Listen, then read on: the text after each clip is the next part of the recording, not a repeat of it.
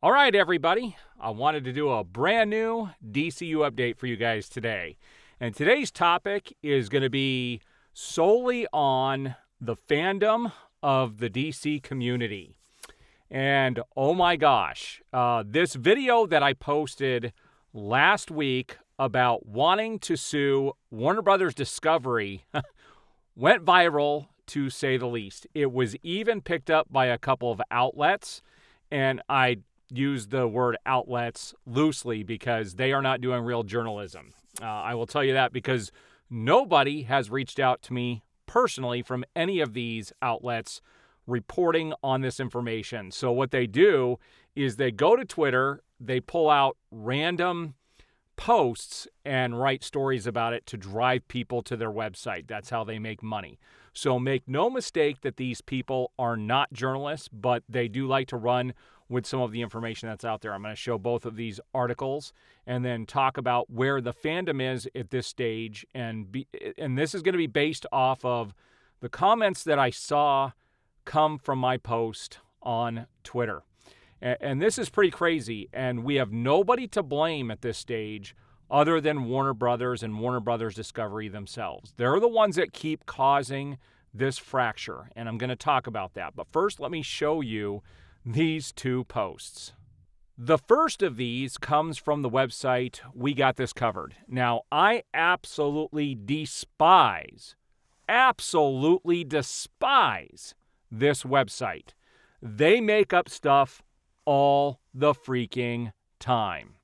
Now, they did get it right that some Snyderverse, they call us stalwarts. And if you guys haven't seen my last video on where I stand on the Snyderverse, I am not just a Snyder fan. I am very much a DC fan. I could easily prove that with the stuff I own, the comic books I own, the toys that I own. I am not just a Snyderverse fanatic, okay? But I do want to sue them over Henry Cavill's Black Adam cameo. And you can see my original post in here, but first they go on to say, in case James Gunn hadn't made it perfectly clear that the Snyderverse won't be resurrected, restored, or sold off to Netflix under his watch as DC Studios co-CEO. He openly mocked the campaign for the latter being handled over the company's live-action episodic adaptation of Dead Boy Detectives to HBO Max rival streaming service. Before handing over, okay, I misspoke. We're going to talk about that. I'll get to this at the end of this episode about this this DC Dead Boy Detectives being sold over to Netflix, because there's been a lot of talk about this, a lot of talk about that as well, and I'm going to talk about that at the end. So this video is going to be pretty jam-packed here, okay? Not only that, but the filmmaker turned executive has openly blasted Warner Brothers for the way they handled Henry Cavill's return as Superman in the post-credit scene of Black Adam. So these people are clearly on James Gunn's side. As it turned out, the Guardians of the Galaxy director was brought on to start writing his reboot before Dwayne Johnson's one-and-done dud released. And the former Canonical Kryptonian announced his permanent comeback without being informed or actually having a contract in place. Now, this is a lie here. Cavill may not have been informed that Gunn was taking over, but the studio certainly told him to announce his return on social media, and this is why I talk about the lawsuit. And let me talk about that here real quick. As soon as I get done with this article, I want to talk about why I'm talking about this. It says, as yet, we've somehow reached a point where Snyderverse fanatics, and I that is not what I am, are using the recent false advertising lawsuit that saw a pair of Ana de Armas stand successfully win a claim against Yesterday as the basis for a potential legal action against either the studio, production company, or Gunn himself for getting their hopes up that Cavill would be suiting up again in the future.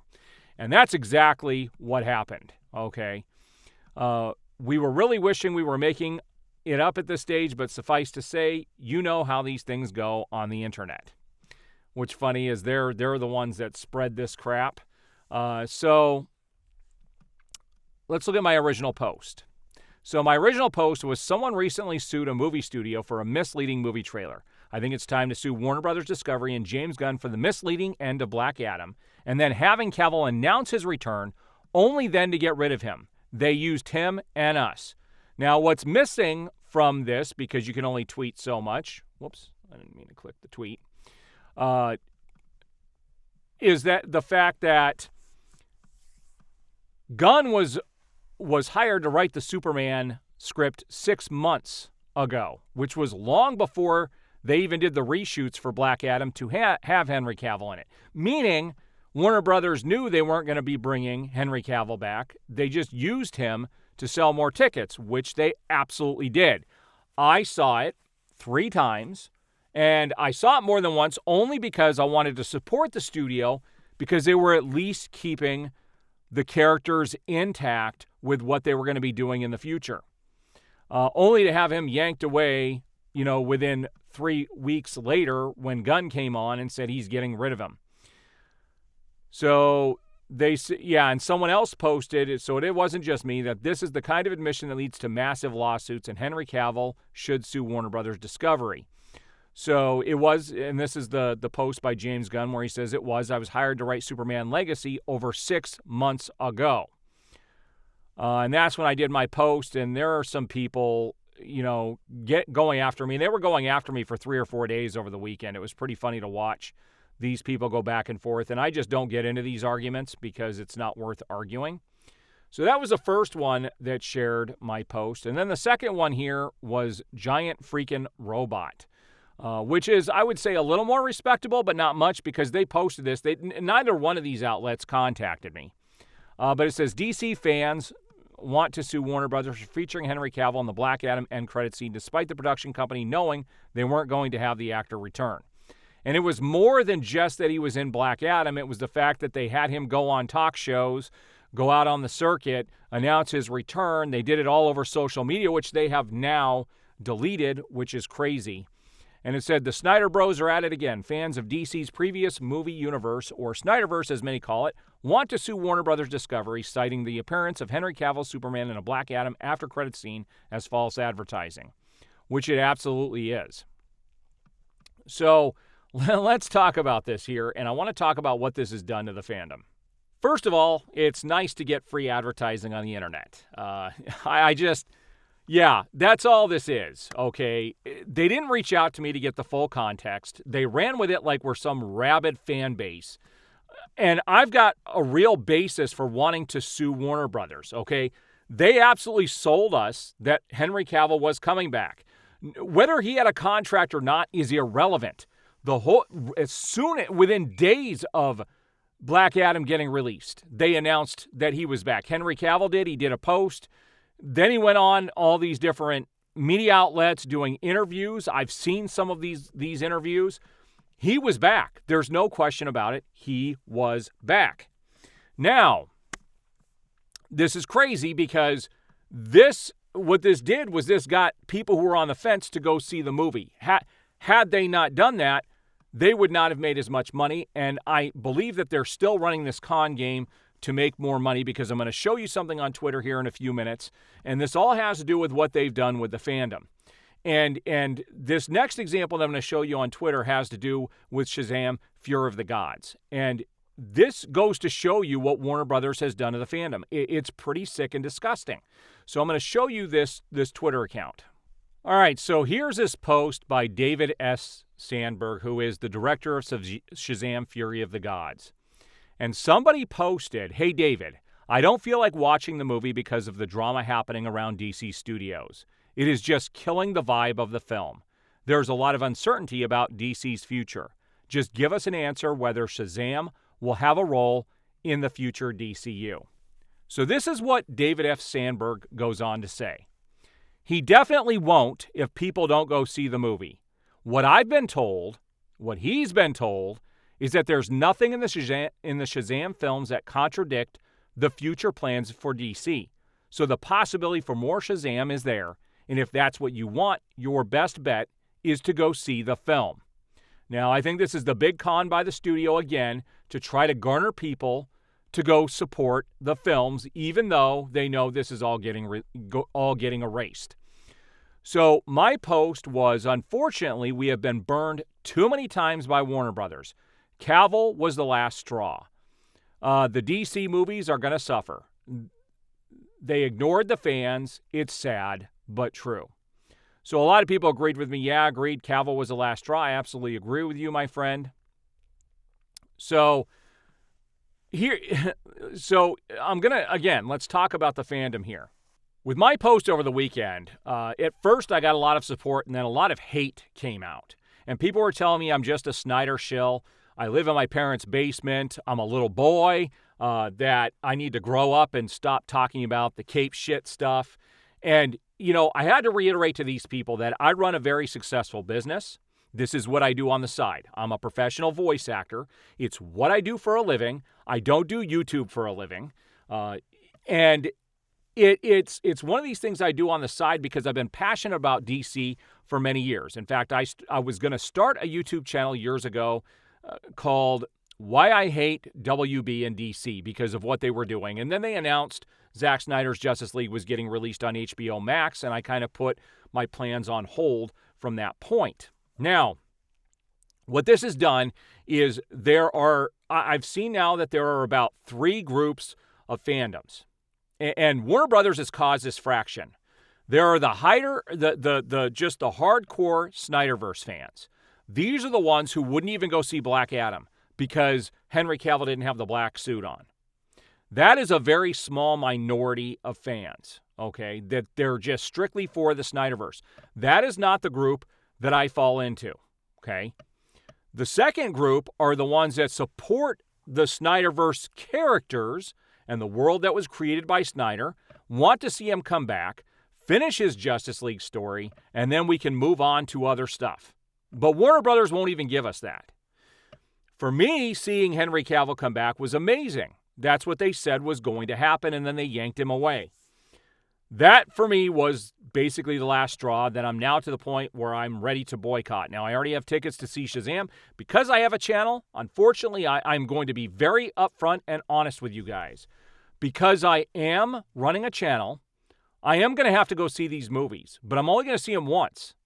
Whereas past DC films, I've seen some of them up to 7 times in the theater. And this is what studios don't understand. And I'll talk about that here in a second. First, I want to talk about the third group of these fandoms. The third group is the people, well, there's actually 2 more groups. There's a third group that just hates everything Snyder has done, and they just want to replace everything. And then there's the general audience that doesn't know anything that's happening behind the scenes. The Snyder fans in general, which I would say include myself and the group that I'm in, as well as the hardcore Snyder fans, they say we're the minority, but we're not. And it's because there are fans of us, there are fans like us, that are going to go see the movies multiple times. Some even see them over a dozen times. That's what supports these superhero films and brings them to a new level. Now, you're going to find a lot of people tell you that the Snyder films didn't do that well. The fact is, there were more people in the seats for the Snyder films all the way up through Aquaman until just the crap that happened afterwards, and they went all crazy with the movies with Birds of Prey and all the other garbage that they were doing. Prior to that, there were more people. Did they make as much money? No, they didn't, because the cost of the films to make, and I understand that. But you also have to understand is that they butchered David Ayer's film, which we've never seen. They butchered Batman vs. Superman, and they also butchered Justice League. So you cannot give it a fair shake because the studios messed it up from day one. There is now this fracture where there are a big group of us that do not trust the studios. They did it with Cavill, with Black Adam. Now they're trying to do it with Sandberg's trying to do it with the Shazam film. I don't believe Shazam is going to be back. I don't. And Gunn made an announcement the other day that Wonder Woman is going to show up a lot sooner than we think she is. That could possibly happen with the Amazonian show. She may narrate it for all we know. Who knows how they're going to work Wonder Woman into that. Okay. But there were more reports of what happened with the Aquaman showing. It's not doing well with the showings. I had a video where I talked about people walking out of the theater. That, in fact, did happen. It is now rated as probably going to be the lowest rated DCU film created yet. And that comes out at the end of the year, and there's going to be no support for that. As of right now, I don't even want to go see that movie. I don't even want to go see Blue Beetle. I'm going to see Shazam. I already have my tickets. And I'm going to continue to go see these movies because I have a channel, but I'm only going to see them once so that I can review them and get those reviews out to you guys. But the fandom is completely fractured, and I don't know how the studio is going to win everybody back. There were three options, and I think they took the worst. Well, there were four options. One was to just continue with the Snyder stuff, which I would have loved and a lot of people would have loved. What they could have done is just continue to use the universe with his characters, but kind of create new versions of them, but with the same people that he cast, which I think is a good choice. But I think the optimal choice would have just been to reboot the entire thing. But instead, they took door number 4, which was to keep some of the characters and then get rid of other ones, which makes no sense. Like that, the Flash movie has to do a masterful job of explaining how they're going to go about doing this. This Flash movie could make or break the future. But the one that is definitely going to make or break the future is the Superman Legacy film.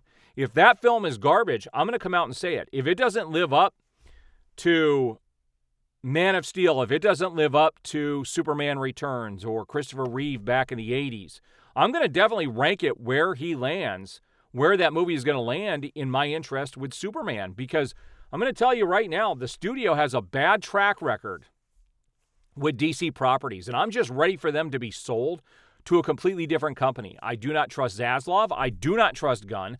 I don't want a juvenile DC universe where we have dick jokes, masturbation jokes, and gay Batman and Robin jokes. That's the line I'm using with everybody at the stage because this is realistically what Gunn brings to the table. I do not see him taking these characters seriously, and he's going to have to prove otherwise. I'm still open and willing to give the one movie a shot.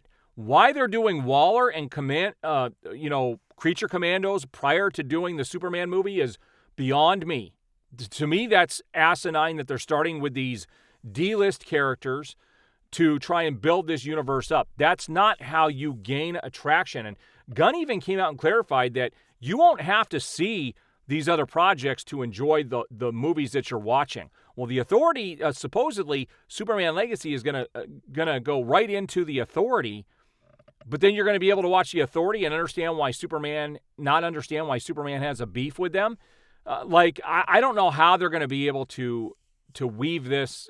To me, it just seems like a mishmash of garbage that will be tied together in the fact that it's the same universe, but man alive, this just seems like a big freaking mess from the studio all the way down to the programming. I could be proven wrong. I'm open to that. But I don't believe that that's what's going to happen, and we won't know for 2.5 years. That's the terrible part about this. We're going to see what happens with The Flash, Shazam, Fury of the Gods. I will be seeing that, and I will be reviewing it as soon as it comes out. But we're so fractured now that I don't think they're going to get the audience back. I think Superman Legacy is going to suffer, and if you do not include the fans, the actual fans of DC properties, in your decisions when you make these films, they are going to suffer. You're not just making films for the general audience. They're not invested in these characters the way the fans are. And so this is what I don't understand about the studio, that they can't figure this out. Anyway, I know this is a longer than normal video, but I wanted to get it out. So what do you guys think about the fandom and the fracture at this stage? It's crazy, and I don't see this getting any better. I really don't. There needs to be some clarification by the studio. And I'm still definitely going to be looking into seeing what the options are with going after the studio for what they did, because they definitely took money from me and they took money from other people. And, I'm surprised that Cavill hasn't tried to take legal action because the studio told him to come back. Now, people have said that he fired his agent, Danny Garcia, because she was the one that possibly had orchestrated this whole thing, but she is not. Cavill said in his final post that it was the studio told him to come out. His agent is not the studio. The studio is the studio. And I don't believe that they would have spent $250,000 to come out and have him shoot this scene for that, and also for the Flash, if they didn't have plans on bringing him back. You could use the excuse that Gunn came in and changed everything, but that still doesn't change the fact that they used that, and they knew Gunn was coming in a lot sooner than they thought, that they were going to use that to get more tickets for Black Adam. It was definitely deception, and I think what's happening with Sandberg and Fury, Shazam Fury of the Gods, is also deception. All right, we'll see you guys on the next video.